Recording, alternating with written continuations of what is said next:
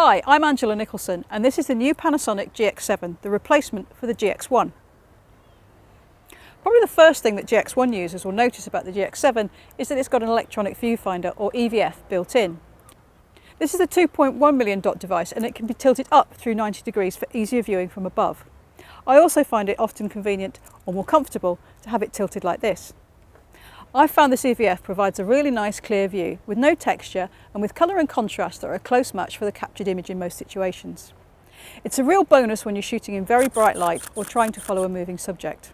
It's also really helpful to have this sensor which detects when the EVF is being used and turns off the main screen. Like the GX1, the GX7's 3-inch screen is touch sensitive, but it's a capacitive rather than a resistive device, and this means it's far more responsive. It's also mounted on a tilting hinge so it can be tipped up or down for easier viewing. This makes life easier when you're shooting landscape format images from high or low angles, but it's not much help if you want to shoot in portrait format. The screen has 1,040,000 dots and it's capable of displaying plenty of detail, but as you can probably see, it suffers a little from reflections. Fortunately, that's not a major issue because of the viewfinder. Inside the GX7 is a 16 million pixel sensor. While this has the same pixel count as Panasonic's other recent compact system cameras, this sensor is new with less circuitry, which means that the photoreceptors and micro lenses are larger than before. Our tests show that this helps the camera to produce better quality images than any of Panasonic's previous G series cameras, even the GH3. The GX7 is able to capture plenty of detail and noise is controlled well in the low to mid-range sensitivity range. As usual, there's some loss of detail at the higher sensitivity levels like ISO 3200. But images still look good at normal viewing sizes. This is especially good news as the GX7's autofocus system is capable of working in quite low light that would challenge many SLRs. In more normal light levels, it's very fast and accurate and capable of keeping up with moving subjects, provided you can keep the active AF point over the target. Panasonic has given the GX7 its Trackpad AF feature, which allows you to set the AF point by touching the screen while using the EVF to compose images.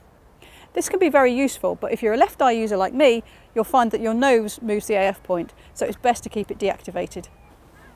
Nevertheless, I find it quicker and easier to set the AF point by taking my eye from the EVF and touching the screen rather than using the button controls.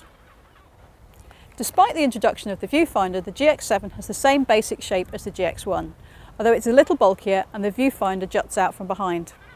There's also a larger, chunkier grip, which makes this camera more comfortable in the hand.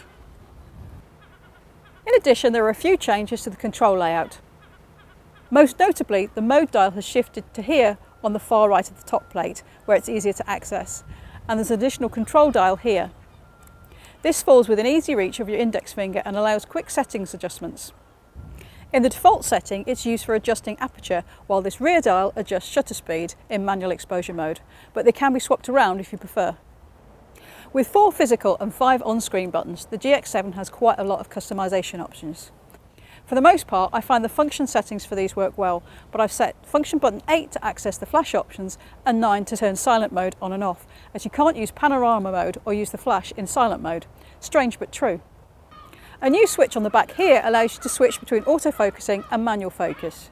If you need to focus manually, the new peaking option is useful as it makes it clearer where the sharp area is in the frame, and it works when shooting stills and video. I've been very impressed with the GX7, and while the tilting screen isn't as versatile as a fully articulating one, the electronic viewfinder is excellent and a major bonus. It has just about everything that an enthusiast can want from a compact system camera, and it has a good, durable feeling build with a sensible control layout. More importantly, it also produces high quality images. For more information about the Panasonic GX7, take a look at my review on techradar.com.